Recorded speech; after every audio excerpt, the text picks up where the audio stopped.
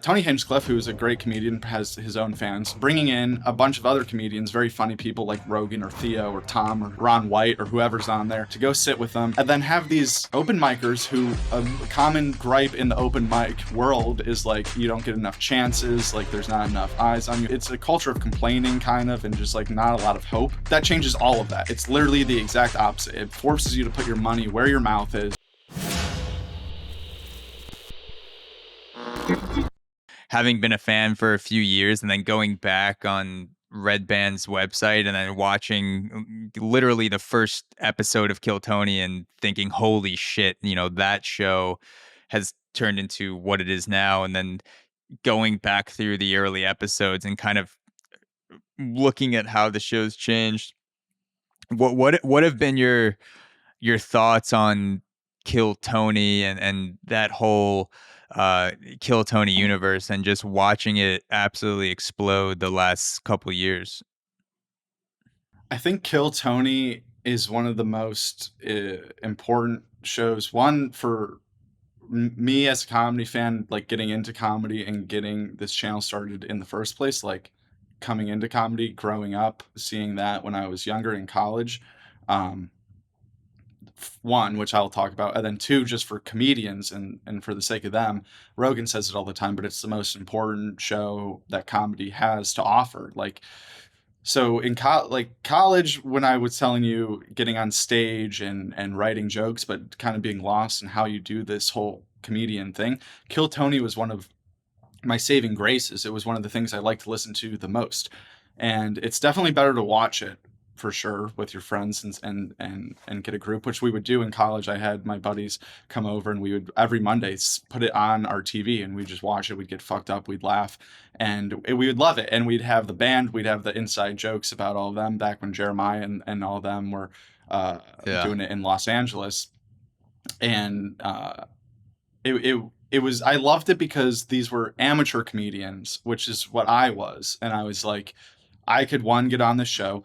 Two, I'm way better than a lot of these people, so that made me feel better because you get to see like some actual crazy people. And then three, you get to see some really good, talented people that aren't known impress this panel of comedians and genuinely like get inspiration and hope. And we've seen some of these people who were Kill Tony, former Kill Tony people, blossom into legitimate comics. Like Ali McCosby used to be on there, Hans Kim, obviously the current regulars, but like there's people who have got their 60 seconds pulled out of a hat before and gone on to have very successful careers in comedy. But regardless of that, just as a comedy fan, what could be better than your Tony Hinchcliffe, who's a great comedian, has his own fans, bringing in a bunch of other comedians, very funny people like Rogan or Theo or Tom or Ron White or whoever's on there, to go sit with them, and then have these open micers who a common gripe in the open mic world is like, you don't get enough chances, like there's not enough eyes on you. How are you ever gonna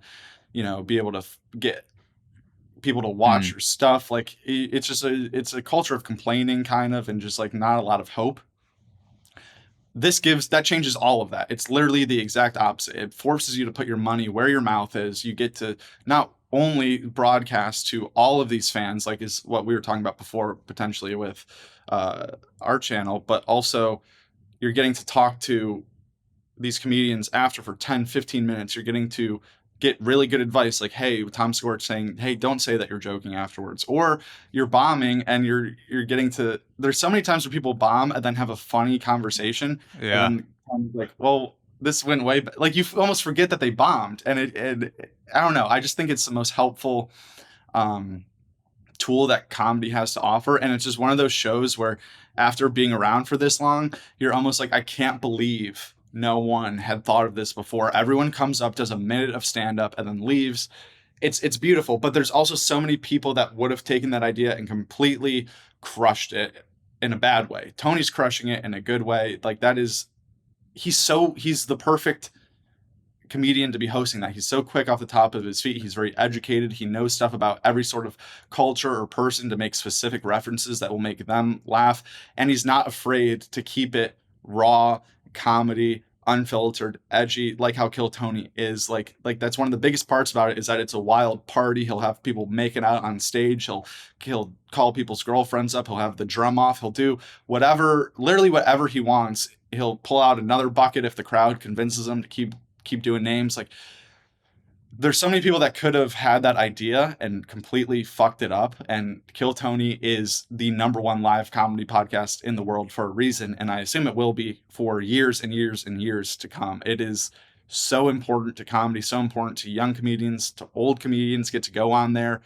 You know, Ron White is famous and is a comedy Hall of Famer, but he gets to go on Kill Tony now, and people get to see him more on Kill Tony than they've seen him do anything the past 10 years. Like, Ron White doesn't go on many podcasts. He doesn't go on many interviews, but he does go on Kill Tony fairly often. And he sits there and he talks about actually comedy, doing comedy, stuff that you want to hear him talk about. Not like, so like, how's the weather today treating you in Austin? Or, oh, you're on tour in Minnesota. Oh, you must be real cold up there, Ron. Like, or he's trying to plug his tequila, or he's trying to do it to plug a show or something. And it's like, oh, thanks for coming in today. Anything to say after? No, this is him talking about comedy, the thing that he knows best. He's an expert. He's a master at. And he's either trying to help people get better at it or tell people they should never do it again, which is equally as funny.